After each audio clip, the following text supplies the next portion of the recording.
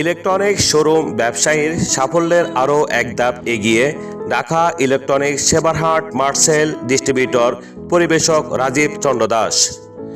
প্রতি বছরের ন্যায় 2025 সালেও মার্সেল সামিট প্রোগ্রামে অংশগ্রহণে নোয়াখালী জেলায় দ্বিতীয় স্থান সম্মাননা স্মারক পান এই ব্যবসায়ী।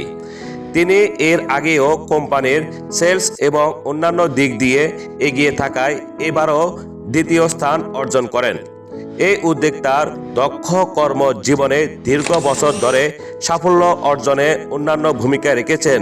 সেবারহাট বাজার কেন্দ্রিক তার পরিচালনায় দুটি মার্সেল কোম্পানির শোরুম রয়েছে। 2010 সাল থেকে সেবারহাট বাজার কেন্দ্রিক সুনামের সহিত রাজীব চন্দ্র দাস ব্যবসা পরিচালনা করে সেবারহাট বাজারে আলোড়ন সৃষ্টি করেছেন। সাধারণ ক্রেতাদের পাশাপাশি কোম্পানির প্রতিও তিনি রেখেছেন অন্যান্য অবদান। শোরুম পরিচালনায় তার অভিজ্ঞতা ও দক্ষ সেলম্যানের কাজে সাফল্য তার পিছু ছাড়ছে না। কোম্পানির সহযোগিতায় রাজীব চন্দ্র দাস সেবারহাট বাজারে আনাচে কানাচে মার্সেল ইলেকট্রনিক্স পণ্য ব্যবহারে সুনাম অর্জন করে পেয়েছেন দেশ বিদেশ ভ্রমণ।